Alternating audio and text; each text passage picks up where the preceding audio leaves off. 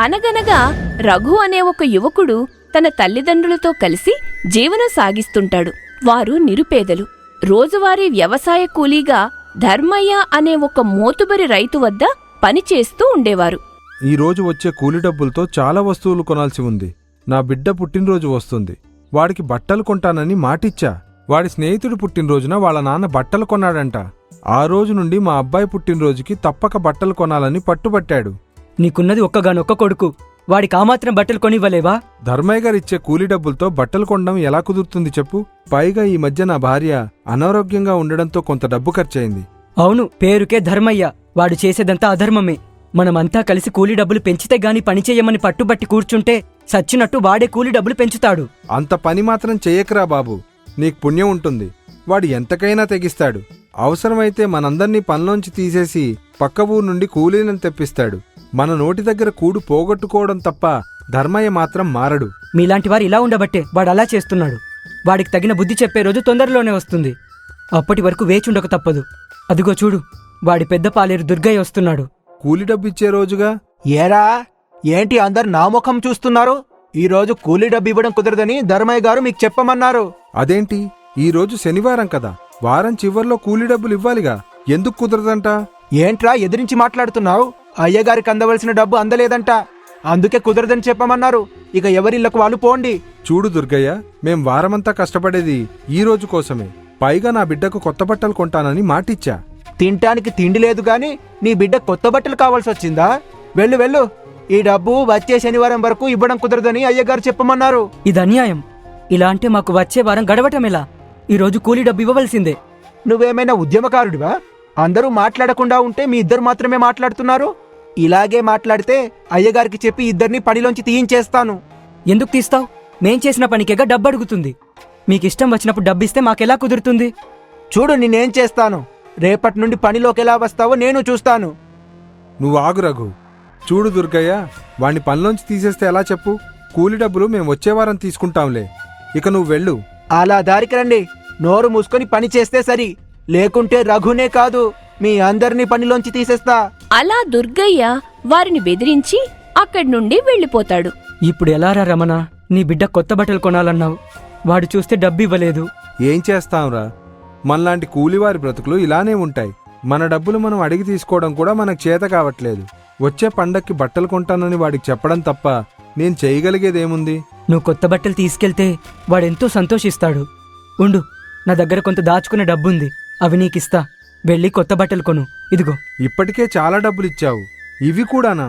ఈ కూలి పని చేస్తూ నీ బాకీ ఎప్పటికి తీరుస్తానో ఏమిటో. తర్వాత తీర్చులే గాని ముందు వెళ్ళి వాడికి మంచి బట్టలు కొను. వెళ్ళు.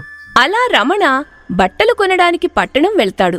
అలా ఉండగా మీరు చెప్పమన్నట్టే చెప్పానయ్యా, నోరు మూసుకొని పోయారు విధవలు.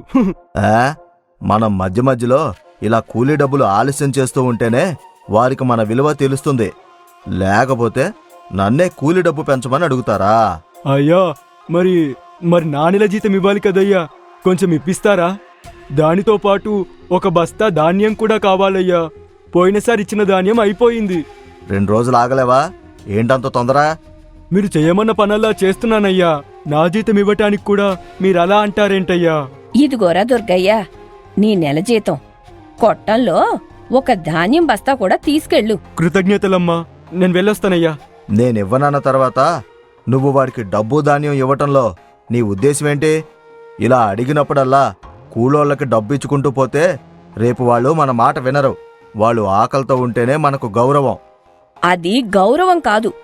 వాళ్ళు వెనకాల ఎన్ని తిట్టుకుంటున్నారో మీకెలా తెలుస్తుంది? అయినా మనకు పిల్లా జల్లా ఎవ్వరూ లేరు. చేతి నిండా డబ్బుంది, కొట్ట నిండా ధాన్యం ఉంది. అయినా మీరు ఇలా చెయ్యబట్టే మనకా దేవుడు పిల్లలు లేకుండా చేశాడు. దుర్గయ్య మన దగ్గర చాలా కాలంగా పనిచేస్తున్నాడు. తినటానికి కూడా ధాన్యం ఇవ్వటానికి మీకు మనసొప్పటం లేదా?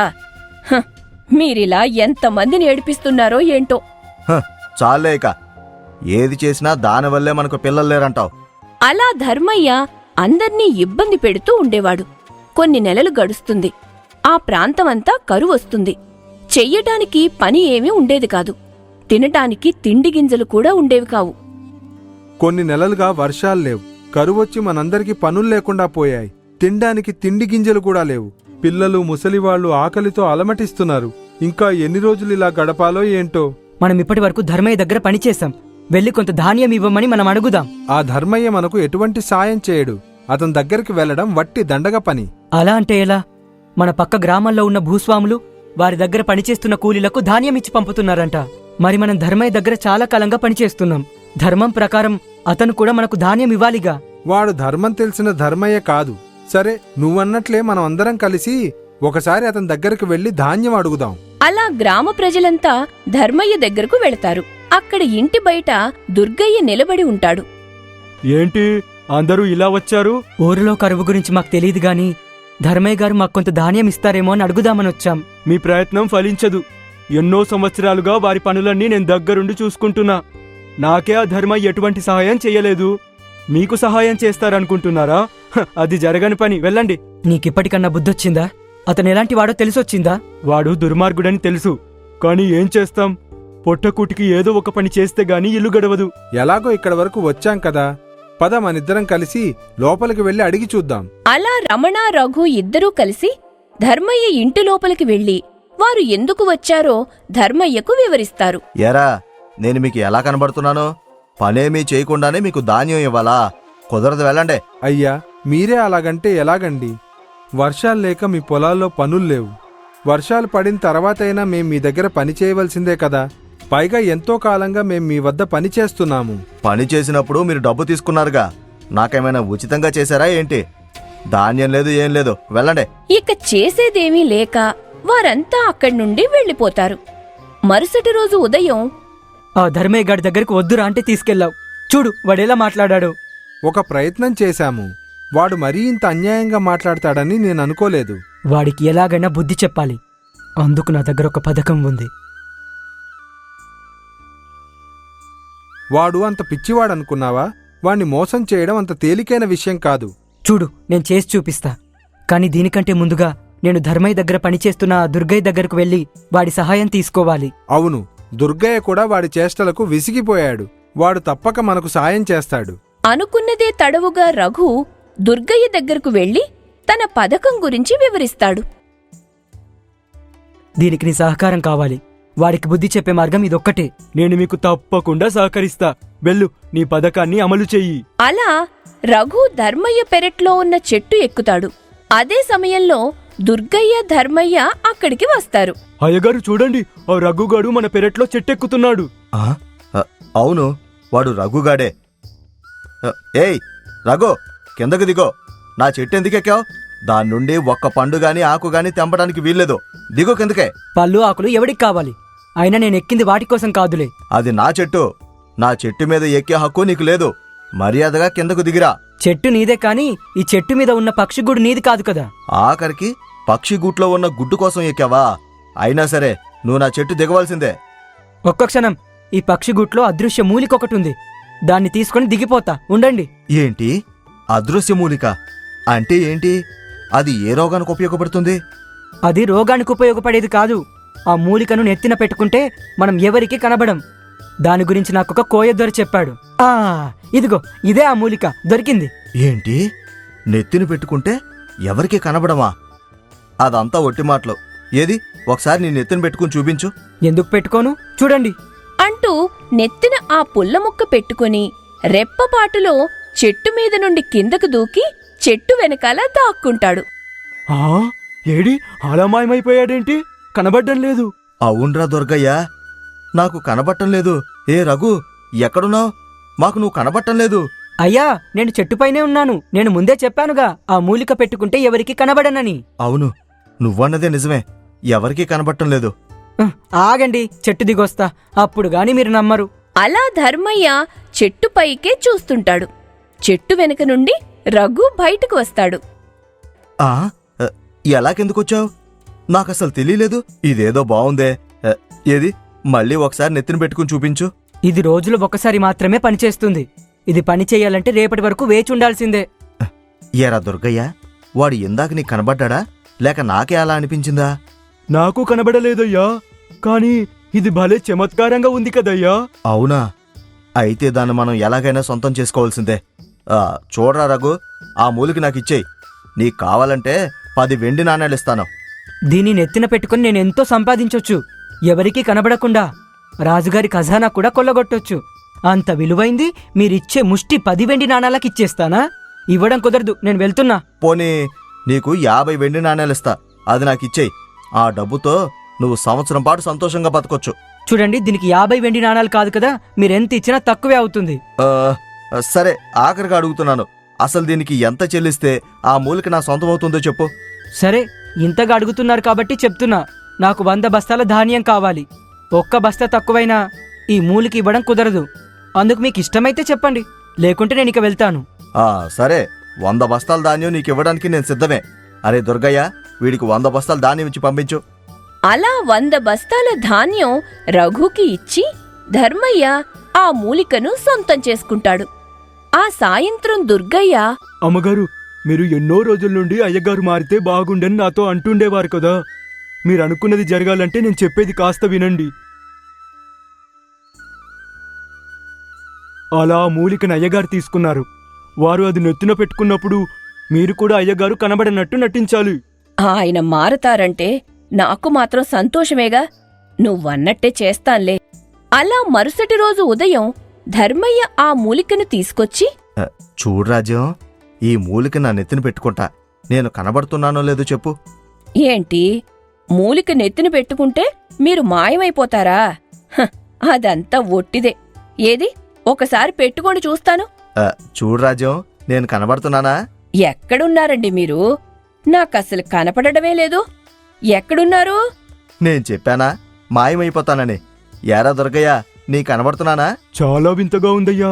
మీ మాట వినబడుతుంది గాని మీరు కనబడ్డం లేదు. ఎక్కడున్నారా అయ్యగారు? అయితే నేను ఎవరికీ కనబట్టలేదన్నమాట. నెమ్మదిగా నేను బయటికి వెళ్ళిపోతాను. అమ్మా, నన్ను క్షమించాలి. ఇదంతా అయ్యగారిని మార్చాలని ఇలా చేశాను. నువ్వు చేసేది మంచి పనే కదా, దానికి క్షమాపణ అడగవలసిన అవసరమే లేదు. ఈ విషయం అప్పటికే గ్రామ ప్రజలకు తెలియజేస్తాడు. అందరూ ధర్మయ్య కనపడినా కనపడినట్టు నటించాలని నిర్ణయించుకుంటారు. అలా బయటకు వెళ్లిన ధర్మయ్య దగ్గరలో ఉన్న ఒక దుకాణానికి వెళతాడు. ఆహా, నాకు లడ్డూలంటే చాలా ఇష్టం. వీడికి కనబడకుండా 4 లడ్డూలు తింటానా? వీడికి నేను లడ్డూ తిన్నట్టే తెలియటం లేదు. మరో 4 లడ్డూలు తీసుకుని జేబులో వేసుకుంటా. దారిలో వెళ్తూ లడ్డూలు తినొచ్చు. వీడు నాకు కనబడటం లేదనుకున్నాడు. అలాగే ఉండని, చూద్దాం ఏం జరుగుతుందో. పొద్దున్నే 5 లడ్డూలు ఉచితంగా దక్కాయి. ఇక నేను ఎవరికీ కనబడటం లేదనే నమ్మకం వచ్చింది. అయినా ఇంకోసారి పరీక్షిస్తా. వీడి దుకాణంలో బట్టలు చాలా బాగుంటాయి. వెళ్ళి నాకు నచ్చిన బట్టలు తెచ్చుకుంటాను. అలా వస్త్ర దుకాణంలో 2 బట్టలు తీసుకుంటాడు. ధర్మయ్యగాడొచ్చాడు. చూడు, వీని కక్కుర్తి. బట్టలు కూడా దొంగతనం చేస్తున్నాడు. నాకు కనబడడం లేదనుకున్నాడు పిచ్చివాడు. ఏవి, ఇక్కడ 2 దుస్తులుండాలి, ఉన్నట్టుండి ఎలా మాయమైపోయాయి? అంత వింతగా ఉందే. ఊ, ఊ, ఊ. వీడికి తెలియకుండా బట్టలు దొంగతనం చేశాను. పిచ్చోడు, బట్టలు మాయమైపోయాయి అనుకుంటున్నాడు. ఈ మూలికేదో చాలా బాగుంది. దీంతో రాజుగారి ఖజానా కూడా కొల్లగొడతాను. కానీ ముందుగా ఏదైనా పెద్ద నగల దుకాణానికి వెళ్ళి మళ్ళీ పరీక్షిస్తా. కానీ మన గ్రామంలో నగల దుకాణం ఎక్కడుంది? పట్టణానికి వెళ్ళవలసిందే. కానీ అక్కడికి చేరుకునేసరికి రాత్రి అయిపోతుందే. అయినా పర్వాలేదు, ఊరికే నగలొస్తుంటే ఏ సమయమైతే ఏముందిలే, వెంటనే బయలుదేరి వెళ్తా. అలా ధర్మయ్య పట్టణానికి బయలుదేరి వెళ్లే సమయానికి రాత్రైపోతుంది. నగల దుకాణం వాడు దీపాలు ఆపేసి దుకాణం కట్టేద్దామనుకుంటుండగా ధర్మయ్య అక్కడికి వెళతాడు. అబ్బా, ఎన్ని నగలున్నాయో! వీటిలో 2 మంచి ఖరీదైన నగలు తీసుకుంటా. ఈ 2 చాలా బాగున్నాయి. వీటిని తీసుకెళ్తా. అలా అక్కడ ఉన్న 2 విలువైన బంగారు నగలు తీసుకుని దుకాణం బయటకు వస్తాడు. ఏయ్, ఆగు ఆగు! ఏంటి నగలు తీసుకుని వెళ్తున్నావు? వీటి విలువ 500 వెండి నాణాలు. ముందు డబ్బు చెల్లించి వెళ్ళు. ఏంటి, వీడికి నేను కనబడుతున్నానా? ఆ మూలికి తల మీదే ఉందే, అయినా వీడికి ఎలా కనబడుతున్నాను? ఏంటి, నేను నీకు కనబడుతున్నానా? ఎందుకు కనబడటం లేదు? బాగానే బలిసున్నావుగా. నగలు దొంగతనం చేయడానికి వచ్చావా? ఉండు, నీ పని చెప్తాను. అమ్మో, అయ్యో, నన్ను వదిలేయండి. ఇదిగో మీ నగలు తీసుకుని నన్ను వదిలేయండి. పో, దొంగ వెధవా! నా దుకాణంలోనే దొంగతనం చేయడానికి వస్తావా? అక్కడి నుండి బయటకు వచ్చిన ధర్మయ్య తిరిగి ప్రయాణమవుతూ ఇదేంటి ఈ మూలకి పెట్టుకున్నా కనబడుతున్నానా? ఆ నగల దుకాణం వాడు నా ముక్కు పగలగొట్టాడు. ఇంకెవరినైనా అడిగి చూస్తా. అలా ధర్మయ్య అక్కడ ఉన్న వ్యక్తులను నేను కనపడుతున్నానా అని అడుగుతాడు. అందరూ బాగానే కనపడుతున్నావని చెబుతారు. అది విని తనకు మోసం జరిగిందని గమనించి రఘుని గ్రామంలో వారిని పిలిపిస్తాడు. వాళ్ళందర్నీ ఎందుకు అడుగుతున్నారు? మీకు బుద్ధి రావాలనే మేమంతా కలిసి ఆడిన నాటకమిది. ఇంత ఆస్తి ఉండి మీ దగ్గర పనిచేసేవాళ్లని మీరు నీచంగా చూశారు. కరువు సమయంలో కూడా వారిని ఆదుకోలేకపోగా తిట్టి పంపారు. చిన్నవాడైన ఆ రఘుని చూడండి. మీ దగ్గర 100 బస్తాల ధాన్యం తీసుకెళ్లి గ్రామంలో ఉన్న నిరుపేదలందరికీ పంచాడంట. వాడిని చూసైనా మీరు బుద్ధి తెచ్చుకోండి. అలా జరిగినదంతా తెలుసుకుని తాను చేసిన పనికి సిగ్గుపడతాడు. ఆ రోజు నుండి తన దగ్గర పనిచేసేవారికి కూలి డబ్బు పెంచడమే కాకుండా పండిన పంటలో సగభాగం వారికే దానం ఇస్తూ ఎంతో మంచి పేరు తెచ్చుకుంటాడు.